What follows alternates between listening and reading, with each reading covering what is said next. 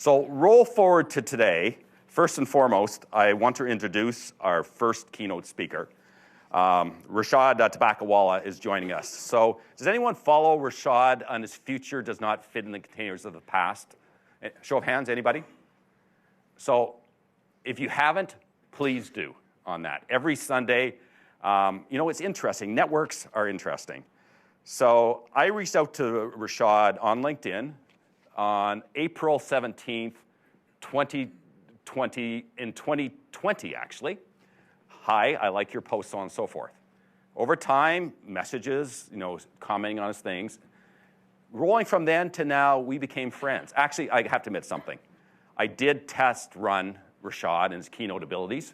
I recommended him to a friend of mine, Michael O'Donnell, for the SAP Utilities event 2 years ago, and he brought him in to speak at that. So he rated very highly in that talk, so good enough for me to kind of bring him forward, so he'll be here today. And Rishad is an author of a book called Restoring the Soul of Business.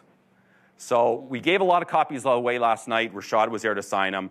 Sean Severson was a sponsor of the book from Convergent IS. Sean has still a few copies left at the Convergent IS booth, so go see him at the booth.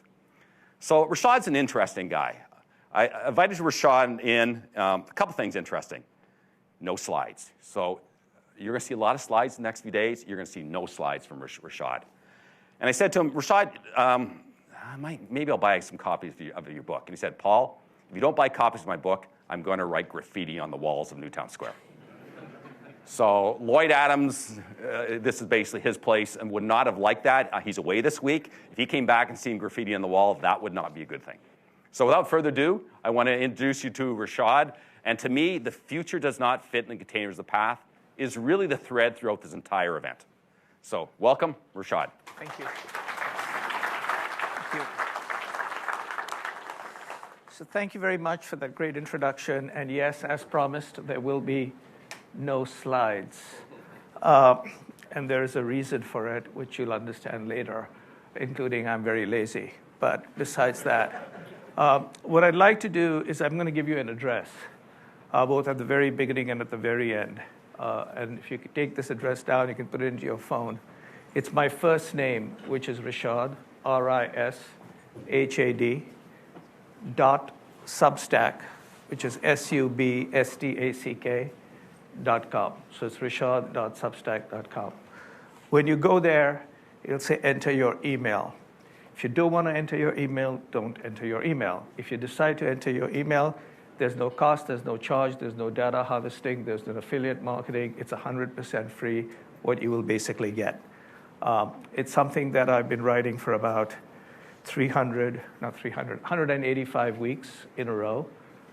It's read today by about 30,000 executives, including 250 CEOs of companies. So you might like it. The only reason I also mention it is everything I say today is written there. Okay? So you have notes, and I'll tell you exactly which pieces to look at. So let me begin with the overall theme is the future does not fit in the containers of the past. We could also say the future does not fit in the mindsets of the past. And when you think about architecture, the containers of the past may be the architecture of the past in some ways. So a lot of people ask, what is strategy? And I used to be the chief strategist of a 100,000-person company. And my basic belief on strategy is it's 3 words: future, competitive, advantage. Simple. What does the future look like? What will customers want in the future? Who will you be competing with in the future? Against those future customer needs and future competitors, what differentiating advantage will you provide? And it's that simple and that difficult, which is its future competitive advantage. So a lot of people will say, but how the hell can you tell the future? And I believe you actually can. It's just that we refuse to look. So I'm going to begin, and my conversation or presentation will be in 4 parts today. The first part will be the 4 forces driving the future. And if your business, your career, your firm is not aligned with these 4 forces, God bless you. That's all I'll say. God bless you. Okay? You have to be aligned with these 4 forces. And that is what will be driving the containers of the future, if there are containers in the future. The second is, how do you get your organization, yourself, your partners, to that future? And that is through a valley called the Valley of Change. And why I believe change sucks, okay? Why change sucks. So we'll talk a little bit about that. The third is, all of you all are successful leaders. And what does leadership look like in 2024 and beyond? And one of my basic beliefs is we have a leadership crisis, because we have forgotten that we have entered an age of de-bossification, and we still believe we're in an age of bossification, and that era is going away. And at the very end, all of you all obviously recognize what operating systems are. You'll often architect operating systems. And I remind people that my iPhone is on its 17th operating system in 17 years. My Mac is on its 14th operating system in its more than 50 years. With that being said, how many times have we upgraded our own mental operating system in the last decade? When everything around us is upgrading itself every year and 15 months, what does that mean? So that's what I'm going to be talking about, which is the future forces, managing change, leading today, and upgrading your mental operating system. And through it all, obviously, I will mention and describe the two letters of the moment, AI. Okay? So here we go. What are the four forces? The four forces are the following. I call them the four shifts. Power shifts is one. Demographic shifts is the second. Mind shifts is the third. And technology shifts is the fourth. And the reason I place technology as one of four is I believe it is a mistake to see the world through any of those lenses alone. If you look at the world through the lens of technology, you miss a lot. If you see the world just through demographics, you miss a lot. But if you see it through all four, it's like the movie Rashomon. You can only understand a scene when you see it from four different perspectives. So with that being said, what are the four shifts? The power shifts there are three major power shifts taking place in the world. The first power shift is from north and west to south and east. And that is basically from the 700 million people who live in Europe and North America to the 7 billion people who live in the rest of the world. Two of the fastest growing economies, in addition to the United States, happen to be China and India. Each of those countries has 4 or 5 times the population of the United States, and each of those countries has twice the population of the Western world combined, each alone. Right? Those two countries account for 37% of the global population. So what we're going from is a Western-centric world to a multipolar world, where the West will still be very, very important, but it will be a much more multipolar world. And we see that even today, where people basically are beginning to realize that Western sanctions do not work, because it's only 25% of GDP. The other 75% does what it feels like doing. So people get surprised. I said, what makes you so surprised? 200 years ago, the world's largest economy was China. Right? So we're moving into a multipolar world, and people are trying to say it doesn't exist. It does exist. So that's the first power shift. The second power shift is basically from large to small. Modern technology is significantly going to empower smaller companies. In the United States, all the net new jobs in the last 3 years, net new, have been in companies with less than 500 people. Net new. I'm not saying that larger companies haven't added people, but net new. So people are simply saying, what in the world is happening? And as AI and other technology spreads, all it does is it gives leverage and power to to smaller companies. I recently went to a very large company and asked them all the AI tools that their employees had. And then I showed them the tools that I had, and I had better tools, and I was a one-person company. And I paid $150 a month. Right? Third shift in this power shift is from management to talent. The good news is all of y'all are not just management, you are also talent. But power is moving from management to talent. And we have therefore entered the age of debossification. If your job basically is about allocating, monitoring, delegating, watch out. The future jobs are about making, creating, building, mentoring. So those are simply the power shifts, right? Large to small, west to east, management to talent. Second shift, demographics. The population of the world has gone into decline if you exclude one continent, Africa. Less Africa, world's population has started to decline. No one's talking about it. Once in a while, Madman Musk does, but nobody else does. Okay. So to a great extent, what does that mean? The United States population last year declined for the first time, in part because of COVID, which is it went from 331 million to 333 million to 331 million. It takes 2.1 children per parent or mother to keep the population the same. For the first time, that number has gone below 2.1 in the United States. Let me show you what that number looks like in Spain and Germany, 1.5. Korea, 1.2. China, 1.01. Population of Japan will be half its population by the end of the decade. South Korea is closing kindergartens and schools.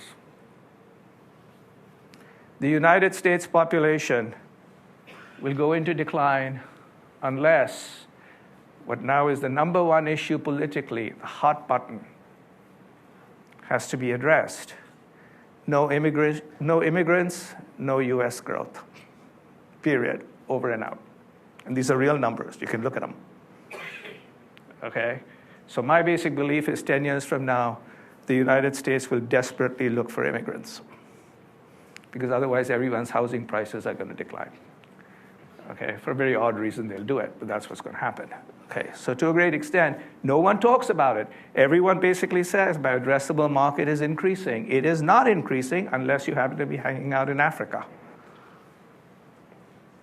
Right? Which is kind of pretty remarkable. So the other demographic shift is aging. The only demographic group that is growing in the Western world is older people. In the United States, 10,000 people turn 65 every day. 50% of America's wealth is held by people over 65 years old. The money and the group that we should be fixating on are older people, or what I call the seasoned group, right? But we fixate on Gen Z. Interesting from an economic and business perspective. So when I go to boards, I say fundamentally the way you are thinking about the world is upside down, right? It's completely upside down. And then you're surprised by what's happening. But the facts are there, but you refuse to look at them. The facts are there. Mind shifts. So let's talk about mind shifts. So I'm a baby boomer. In the United States, 65% of baby boomers believe in capitalism. 22% of Gen Z believe in capitalism. 66% of Gen Z who have a full-time job in the United States have a side hustle or side gig with which they are making money. 76% of Gen Z want to work for themselves. Now you understand why return to the office is a non-starter. 25% of Americans have moved more than 50 miles from where they lived during COVID. No board looks at these numbers. My old stuff is you have all this lease space. That's not a strategy. That's a container of the goddamn past, right?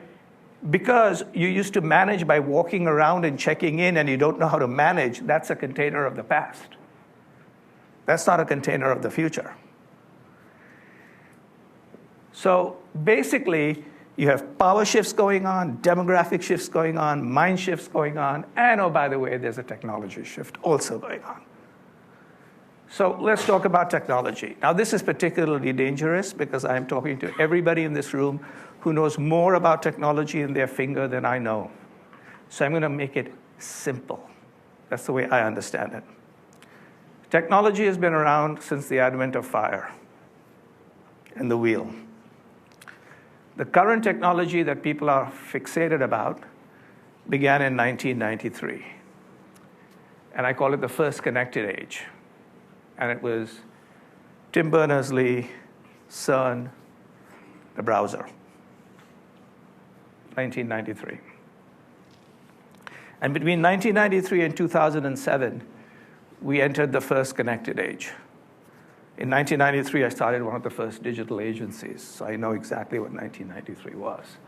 So in 1993 and 2007, we entered the first connected age, where human beings connected to transact and connected to discover.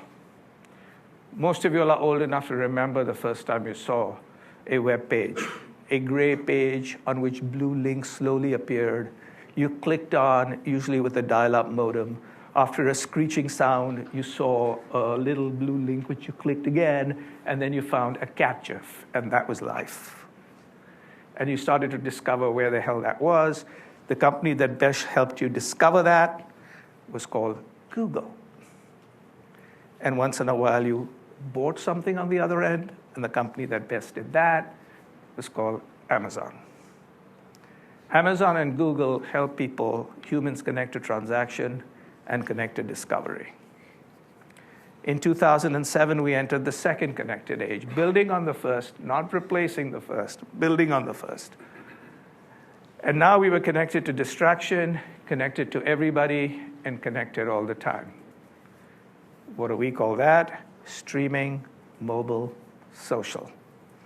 Also known as Meta, Netflix, Apple. Just given to the most valuable companies in the world. Human connections. Second connected age.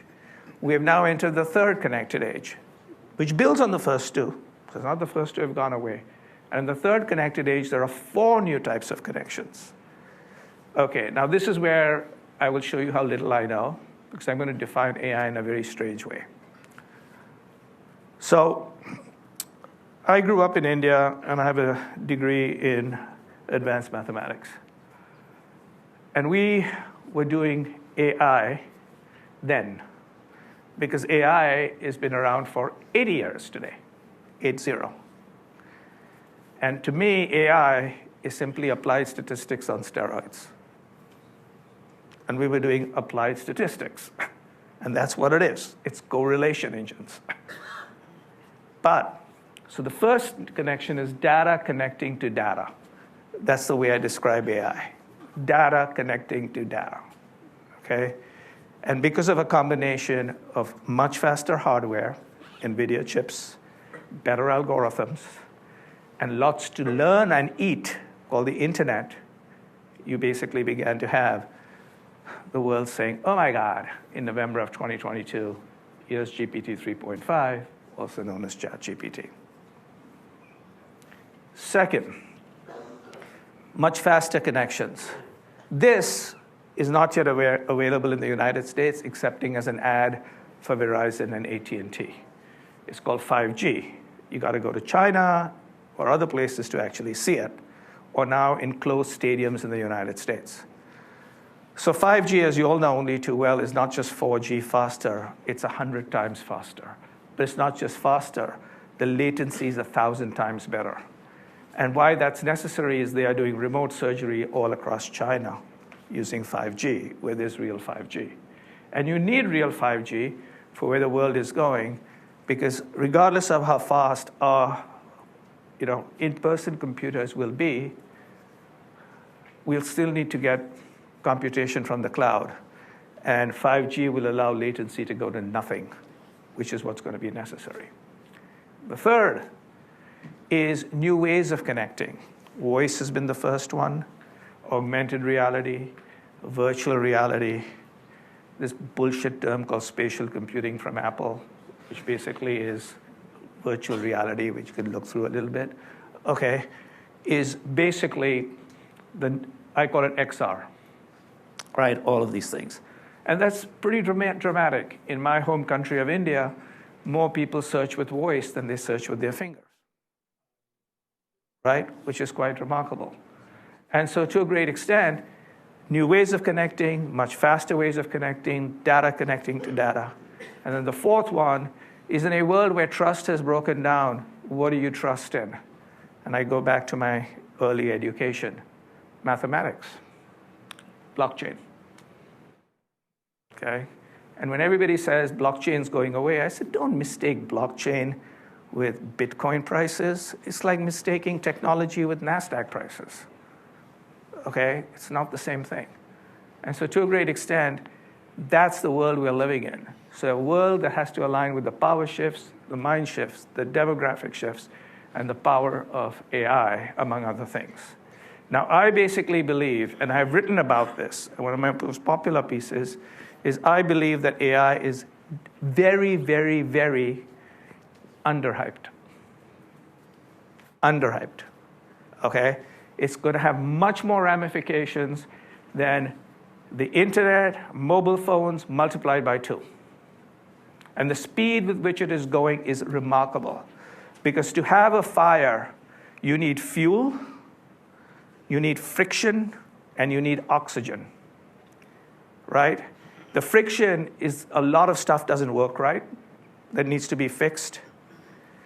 The oxygen happens to basically be amazing amount of talent, and the fuel is the billions and billions of dollars that are going into it.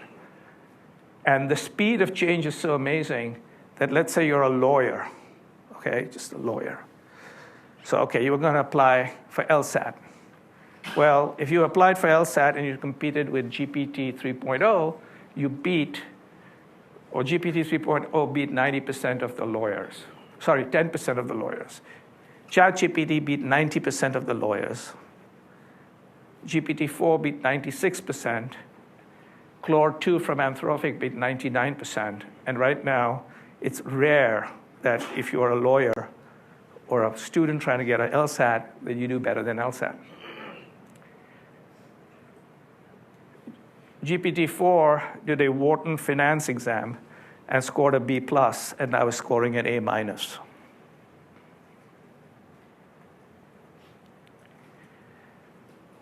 The best lawyers doing an NDA to find loopholes in the NDA took 17 minutes and found 96% of the loopholes.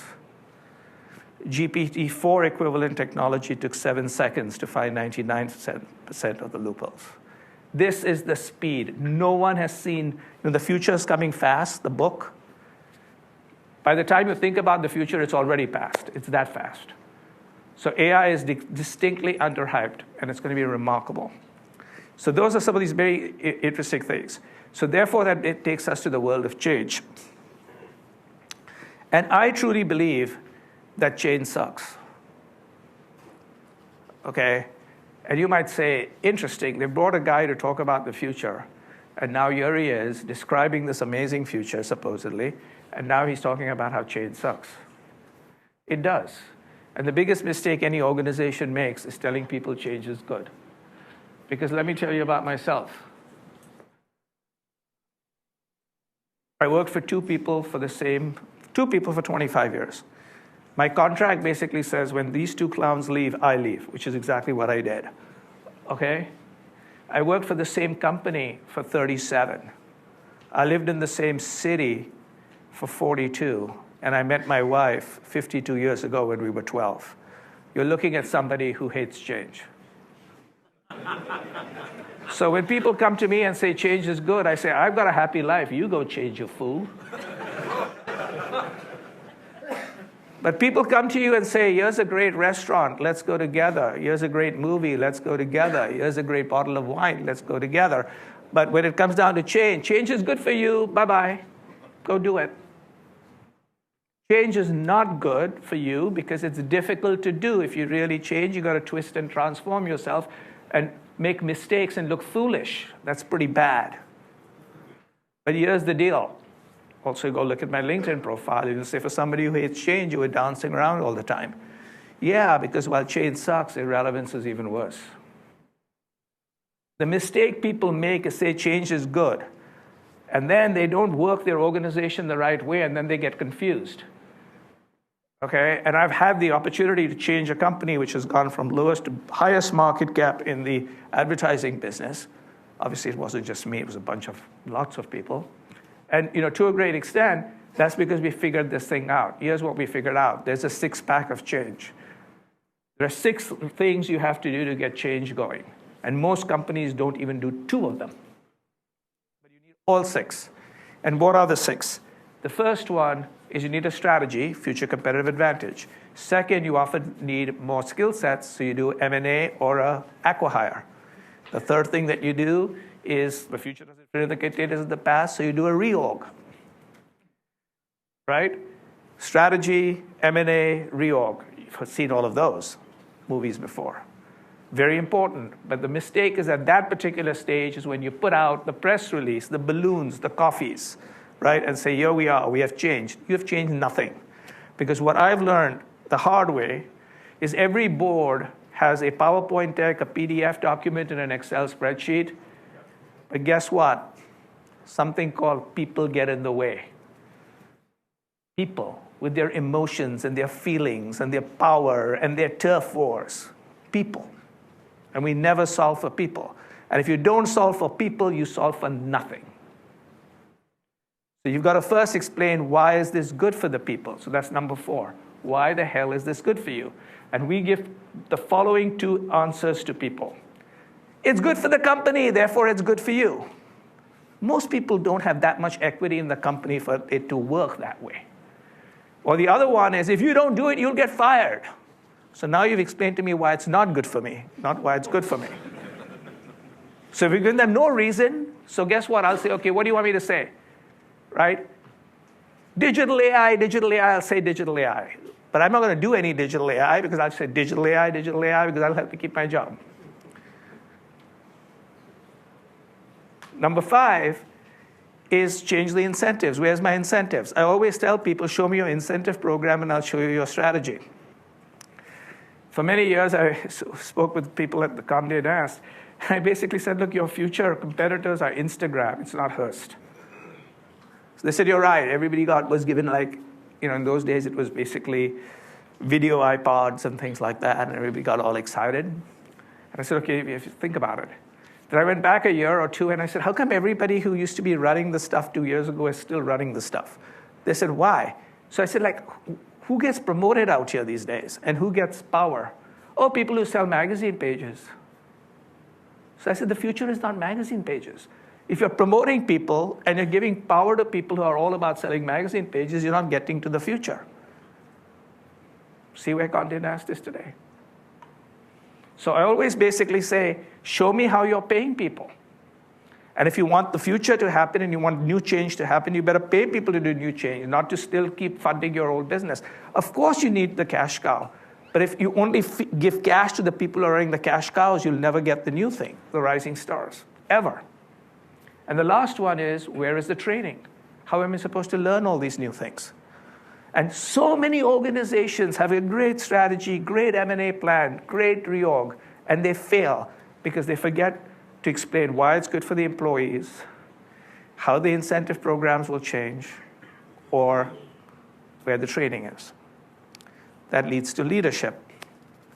So I believe we have a global crisis in leadership everywhere. And it's just not politics, okay? Everywhere. There's a massive leadership problem. And the reason is because we have to a great extent, believed that leading is bossing. And I've written a piece. So one of the pieces I wrote was called AI is Underhyped. You can read that in that Substack. The other is the 6 Keys to Change. You can read that. The third one is basically my whole stuff is the age of debossification. And that's the interesting thing. We've risen all these years into having good, big companies. We can look up to people. Hundreds of people report to us. That's interesting. But we've gone from an area of zone of control, that's the way bosses used to be, to leaders, which is zone of influence. You have to influence people. You can't sit around and say, you do this and you do that. That's not going to basically happen. So there's a new world order called zone of influence. And we all have to learn how to do that in a different way, because sometimes we learn from old bosses and those bosses aren't around and we're still behaving like we're living in that particular world. And there are 4 very keys to great bosses as the same to great cultures. So a lot of people tell me, like, we got ourselves a great culture. And I say, okay, tell me what your culture is. And they say, everybody gets to eat in a cafeteria, and we've got this and we got that. And I said, you're explaining to me how to run a spa. Not a world-class business. It's a goddamn spa that you're talking about, okay? World-class cultures and world-class leaders do exactly the same 4 things. Number 1, a quest for excellence. If you don't have excellent business results, excellent customer relationships, and excellent talent, you don't have a culture. And so many cultures refuse to start with and begin with excellence. But great cultures have to have excellence. Otherwise, what do you have? If you don't have excellent financial results, at some stage, you can't hire excellent talent. If you don't have excellent talent, you won't have excellent customer relationships. So it's it works together. That's number 1. Number 2, it's a growth mindset. All of you are familiar about the last 10 years, how Satya Nadella basically took Microsoft from being pathetic to being the most valuable company in the world. And he gave everybody a single book. It was called The Growth Mindset. And I know that because my agent, who's my agent, is also a growth mindset, direct agent, right?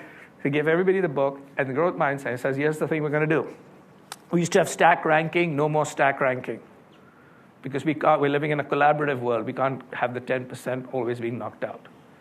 Number 2, we looked at the entire world through a lens of Windows, no more Windows operating division. No more Windows operating division. We've always basically thought it's developer, developer, developer, Windows, Windows, Windows. No, we're also going to go and buy GitHub, and we're going to do Linux. We're not going to necessarily have these strange numbers. We're going to call it Office 365, and obviously we're going to embrace the cloud. And now, obviously, with partnerships, we're going to partner a lot. So they have their partner with OpenAI and a whole bunch of other things, and off we go, right? Completely different. Completely different. A leadership style that basically took everything that Balmer had and said, okay, screw that. Let's do the exact opposite. Interesting, isn't it? And that's the world we are living in, a completely new world of leadership. And I have in my new book, which is called The Future, it's called Rethinking Work. It won't come out for a year. I have case after case after case showing how the new management structure is driving business results, everything else. All the hardcore stuff that boards want, that's it. So in effect, we have to all become different types of leaders: growth mindset, excellence, great communication skills, and the ability, for those of you who have my current book, Chapter 5, I believe. It's called The Turd on the Table. Too many organizations gather around, and they sit around, and in the middle of the table, there's something brown and moist. And people all pretend it's a brownie. Nobody eats it. They all say it's a brownie, but nobody eats it because it's a goddamn piece of shit. But nobody will talk about it because the boss will get upset. Or maybe it's actually a brownie, but I'm new and I don't see it that way. Or it is a piece of shit, but if I tell people it's a piece of shit, then they'll give me the job to clean it up, and I've already got too much shit to clean up. Okay? So as a result, you basically have Boeing shipping bad software, Wells Fargo opening fake accounts, and everybody in the company knew this for the last 2-3 years, but everybody was dancing around thinking the goddamn turd was the goddamn brownie, but nobody would eat it. That's what modern leadership is, being able to basically say, tell me that I'm full of shit. right? Modern leadership is basically tell me I'm wrong. It's about the vulnerability of saying I'm wrong. It's about asking for excellence. It's about new ways of communicating, and it's continuous growth and continuous growth mindset, without which it doesn't work. But we don't talk about that. We talk about a whole bunch of all these management books, and I don't know, these people never managed anything. They were academics. Go run in the real world with people called people. But my whole stuff is damn easy to manage if you shoot everybody and they're all dead and you're the only person left. Right? But as long as you got people to manage, it's a very different deal. So let me end with the last section. I'm on time. So we talk about the future, and I've talked about the 4 forces. We've talked about change and the 6-pack for change. We've talked about the importance of leadership, debossification. And so now I'm going to talk about the last thing, and this is something that I began to realize that I myself got seasoned over time. And this is what happened. So during the last few years when I was working full-time at my company, I would go and meet very senior clients, as I'm sure you all do all the time. And if you were fortunate enough, you would go out to drinks or dinner with them. And in my case, these people were very senior, so they had their assistants do some background because I got the opportunity to meet them only once or twice. And they would basically ask me the following questions. And the question always tended to be, so I would ask them a couple of questions. And the question I would basically ask them is, how could we do better? And they'd tell me that, et cetera, et cetera. Then I asked them what's on their mind. And every single person around the world had exactly the same 3 questions on their mind. They said it differently, but it was exactly the same questions. And what were the 3 questions? Number 1, do I have the relevant business model for the future? Do I actually even understand what category I'm competing in? That's number 1. Number 2, do I have the appropriate and relevant partners and suppliers to compete in the future? And then with enough alcohol, number 3. And number 3 didn't come as, here's my concern. It came as a question about me. And they basically said, hey, we've done some research on you, and 40 years ago you built the case for cable television. I brought in Ted Turner to my company and said there's a thing called cable television coming. So CNN was launched. In 1993, you began to launch some of the first digital agencies, and now you've been talking about AI. So the last chapter of my book that came out 4 years ago, one of the chapters is on AI, and one of the chapters is about distributed unbundled work, and this is before COVID happened, right? And so the whole idea is, how the hell do you do this shit? Which they were really asking is, how do you remain relevant? Because the real question they were asking is, yes, I'm worried about my business model. Yes, I'm worried about my partners. But oh my God, I'm worried about whether I'm still relevant as a leader today in the world that's changing so fast. And so my answer was, I faked you in thinking I know what I'm doing. I probably don't. But if you'd like to know how I did it, I'll tell you it's very simple. And this is it. It's time to upgrade our mental operating systems. And there are 3 ways to do it, and you have to do all 3, and I've found no shortcut excepting these 3. So number 1, spend an hour every day learning. And if you don't spend an hour every day learning and you don't have time, all you're saying is you're okay falling behind. That's all, right? That's number 1. Number 2, once in a while, build a case for the exact opposite of what you think is true. If you cannot build a case for the exact opposite of what you're recommending, how the hell do you know you actually are recommending? If you do it that way, you can also, understand what competitors will do. And finally and last is recognize we have become an age of makers and builders and creators, and try to make, build, and create something, because that's really important. All of this at rishad.substack.com. Thank you very much.